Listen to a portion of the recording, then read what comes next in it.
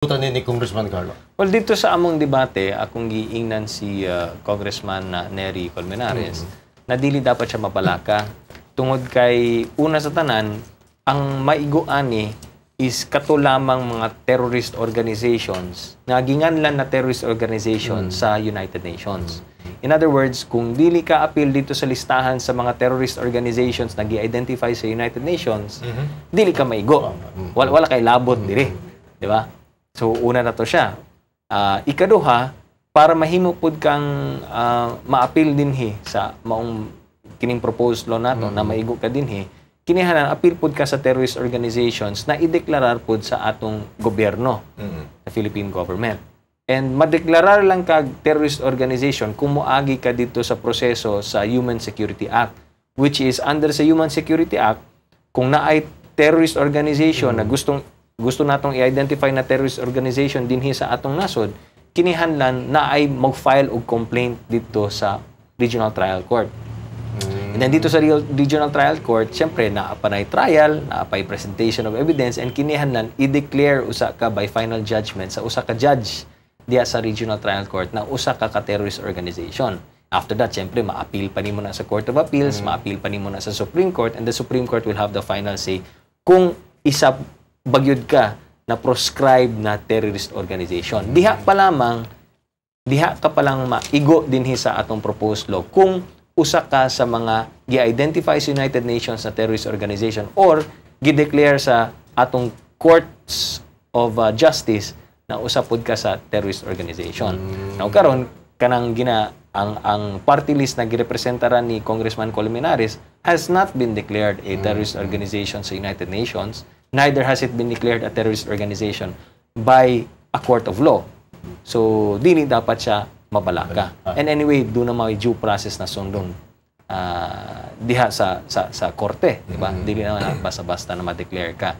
So, it is not a law na dapat ikabalakan sa katong young party list group. Congressman Carlos, samtang nakigdebate ka alang sa Financing Terrorism Suppression Act, daghang matang sa binuhatang terorismo nga nahitabo doon sa atong reyon. Nasigutan, partikular ang mga pagitabo dito sa North Cotabato, Sultan Kudarat, kundi daghang bomba nakitaan nga mubusikad. Unya, unsa ba ang mahimo nining balaod nga imong ginaduso karon nining mga binuhatang sa terorismo, Congressman Carlo? Well, una sa tanan, syempre, kung mapasar kining balaod, anybody na naga-finance aning nga mga paghimo sa bomba, kining naga-finance sa aning nga mga terrorist organizations, syempre, mahadlok na sila mag-finance. Mahadlok na sila maghatag og funding or suporta dito sa ngadto sa mga terrorist organizations. So kung wala na imo funding ana, hopefully wala na sila makuhang pondo pampalit nilang bomba, pampalit nilang armas, pampalit nila og kini pag-training sa ilahang mga miyembro. And because of that, hopefully kini mga terrorist organizations dili na sila makahimo og mga terrorist acts tungod sa kakulangan sa kwarta o kakulangan sa pondo. So sama niya na dinhi sa Mindanao, unsa ba ang mga terrorist organizations na already declared by the United Nations as terrorist organizations? Apil na diha ang Abu Sayyaf. Apil na diha ang Jemaah Islamiyah. Apil na diha ang Al-Qaeda. So any group na associated or member sa Al-Qaeda, sa Jemaah Islamiyah o Abu Sayyaf, kung mapasar kining balaod, anybody na naga-finance anang mga grupo, automatically i-charge nato dinhi sa atong Terrorist Financing Suppression Act. And then, kung mapasar ka na siya, they will be charged and they will suffer imprisonment of reclusion perpetua or life imprisonment. So, mao na siya ang reason nga nung ginapush nato o ginapush karon sa Malacañang kining maong proposed law. Okay. Congressman Carlos, sir, dayag kayo nga daghan sa mga negosyante dinhi sa dakbayan sa Davao ug sa tibuok nasod, no, nga sama pananglitan sa mga bus operator. Now diri ang regular kuno nga nagahatag og kwarta sa mga rebelde nga ginatawag sa mga kasundaluhan isip mga terorista. Ang akong pangutana, Congressman Carlos, sir, mao gini. Ang paghatag bas, pagpangikil sa mga rebelde, makonsidera ba nga binuhatan sa paghatag og pundo sa terorismo, sir? Una sa tanan, diha sa atong balaod, kinihanlan number one, identified yun ka as a terrorist organization. Okay. So kung dili ka terrorist organization, unya dili terrorist organization tong imong ginatagaan og pundo or kwarta or financing, obviously dili ka maigo dinhi, dili ka appeal dinhi, no?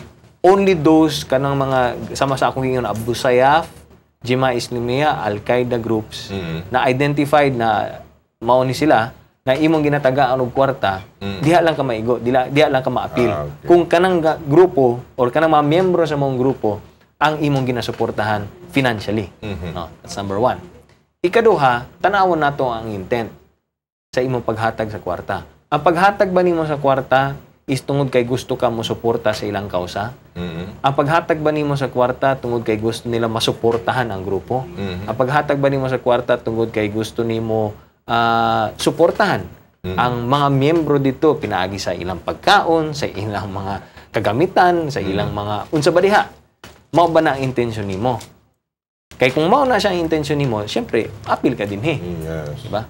Appeal ka, maigo ka dinhi, prisuhon ka tungod aning maong balaod. Pero kung ang intensyon nimo tungod kay gi-extortan ka, Extortion. because of extortion, wala na siya intent. Dili na siya ma-appeal dito sa imong sa intent of supporting. Gawas na sa intent. Wala na sa intent. Hindi nimo intention ang magsuporta sa maong terrorist organization, pero naghatag ka og kwarta tungod kay Sa imong kahadlok. sa imong kahadlok o tungod kay gi-extortan ka. Oh, yes. Di ba? So, syempre, kung extortion ang reason nga no naghatag kag kwarta, of course, obviously, dili ka ma-appeal dinhi. Dili ka maigo dinhi sa maong balaod. So, you have to look at the intent. Di ba?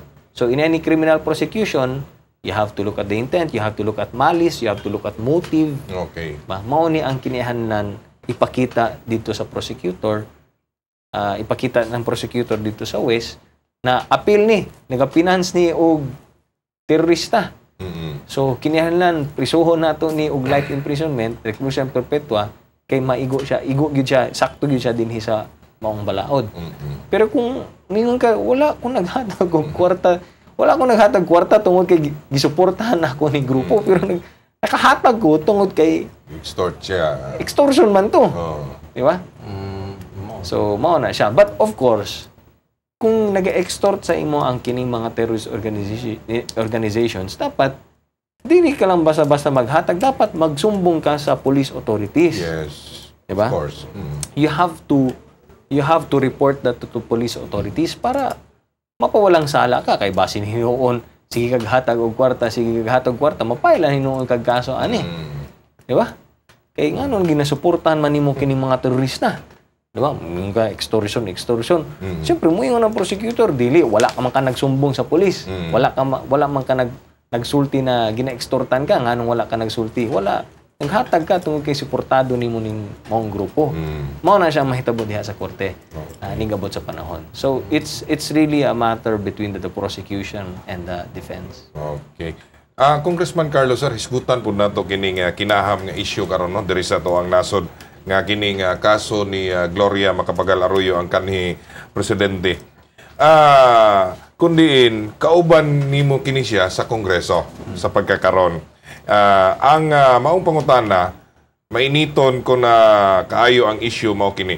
Pwede ba makahilabot ang Kongreso sa maong kaso og sila or kamong mga kongresista na lang mao'y magkustudiya ni Congresswoman Gloria Macapagal Arroyo, sir? Well, kung ang pangutana nimo, pwede bang buhaton kang Congresswoman Gloria Macapagal Arroyo ang nahitabo dito sa Batasan 5 kaniadto? Yes. No? Kay kung makainugdom mo, in 2006, doon na pud tay situation sa House of Representatives na doon na kitay Batasan 5, kanang ginatawag na Batasan 5, nga mao sila si Representatives Ocampo, Virador, Masa, Mariano, and Casino. Okay. Na ginatawag na Batasan 5, na that they were placed in special custody sa House of Representatives, no?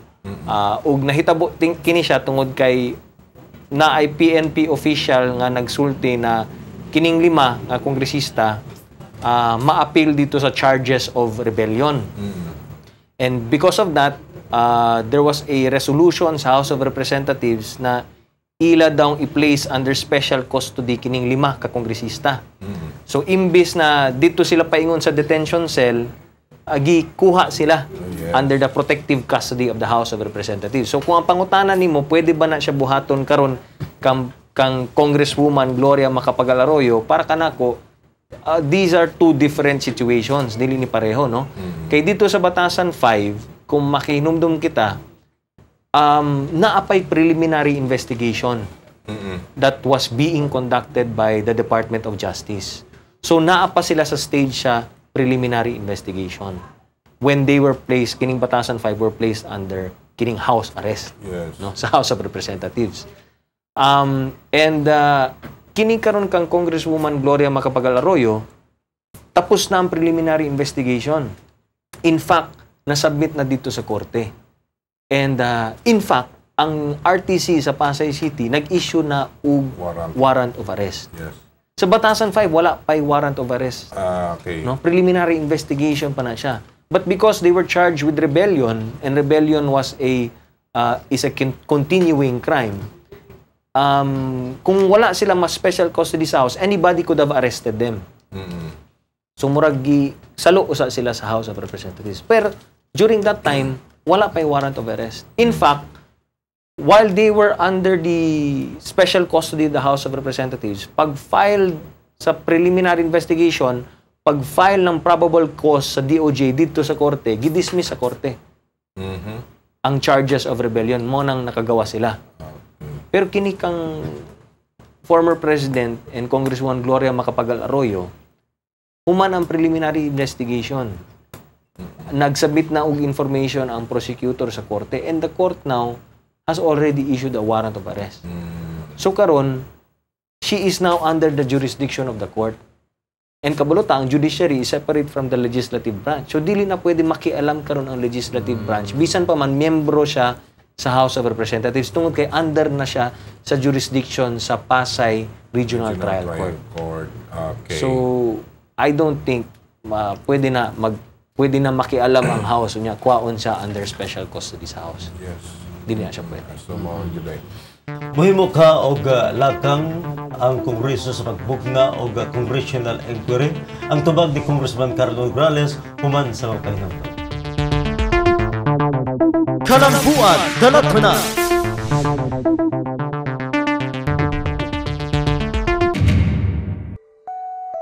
Maayong adlaw, aniya na pod ang inyong programa, ang Tatak Kay. Pangandoy nga panginabuhian atong hatagan ug katumanan. Sa 10,000 pesos, 25 ka mga benepisyaryo dinhi sa Barangay 19-B ang mamahimo ng magnegosyo. Pundong kapital ilang makuha nga walay patong nga interes ug sulod sa isa ka tuig. Sayon siya bayaron, unya wala siya interes, unya amo pang ginegosyo. So, doon na yun may puruhan nga malambuon ang among negosyo nga gitukod kay. Dako kay kog pasalamat sa ako ang negosyo nga na dagdag kapital sa ako ang tindahan, sari-sari store o sa newspaper. Lipay kaayo. Kay karon ang mga tao di naman kakahiram nga walay tubo. Puro man sud na ay tubo. Sir Carlo Nograles, salamat kaayo sa imuhang tabang sa amua. Magpadayon ng among pag-alagad kaninyo, kini ang inyong higala, Congressman Carlo Nograles, para sa Tatak Kay! Kalambuan dalat na. Balik na diri sa atong kalambuan dalatanan, atong mga pangutana ngadto kang Congressman Carlo Nograles. Sa tan-aw kanimo Congressman Carlo Nograles, adunay mahimo ka og lakang ang Kongreso sa pagbugna og congressional inquiry aron matuki kung giun sa pagtratar sa Administrasyong Aquino si kanhi Presidente og karon Congresswoman Gloria Macapagal Arroyo. Congressman Carlo, Kung naay mo file og resolution calling for a congressional inquiry, wala tayong mahimo. Congress has to do its job. No? So, depende ka na. Pagkakaroon mo, wala pa. Pero mahibawan nato na sa sunod semana. Kung naabay kongresista na mo file og resolution calling for an inquiry in aid of legislation. And again, ang trabaho sa House of Representatives, kung naay kongresista mo file og anang resolution calling for an inquiry, it has to go to the process. moabot gyud na sa committee, sa committee that will conduct the investigation. So, ang pangutana diha, unsa bay atong pwedeng investigate in aid of legislation, daghan, no? Ang pwede nga mga topics on our inquiry, no? The first would be kining pag-serve sa warrant of arrest na nagasulti na paspas daw kaayo. Imagine nimo gi-file ang information at I think 12 or 1 o'clock, gawas dayon ang warrant of arrest pila ka oras lamang, 5 o'clock na nay warrant of arrest. So pwede ka na inquire in aid of legislation. Do we have to be clear na kinihanlan aning pila ka adlaw ba o pila ka oras bago pwede mo gawas og warrant of arrest? Ikaduha, katong DOJ circular na nakabutang ang kanang watch list order via DOJ circular. Pwedeng imbestigahan ka na sa Congress kung valid ba gyud ang DOJ circular or kinihanlan ba muhimo og balaod karon ang Kongreso na repealing kining mga watch list order or actually putting into a law kining validity of a watch list order para dili na siya ma-question. Ikatulo, ang katong sa DOJ COMELEC, no? Joint Committee na naghimo og information.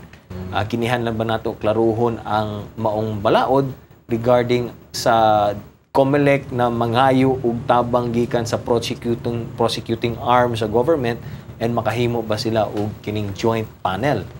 And ang ikaupat na issue na pwedeng hisgutan is ang jurisdiction sa Sandigan Bayan versus ang Regional Trial Court pag-abot sa election offenses ug labi na kining electoral sabotage cases. Kinsa ba gyud ang jurisdiction.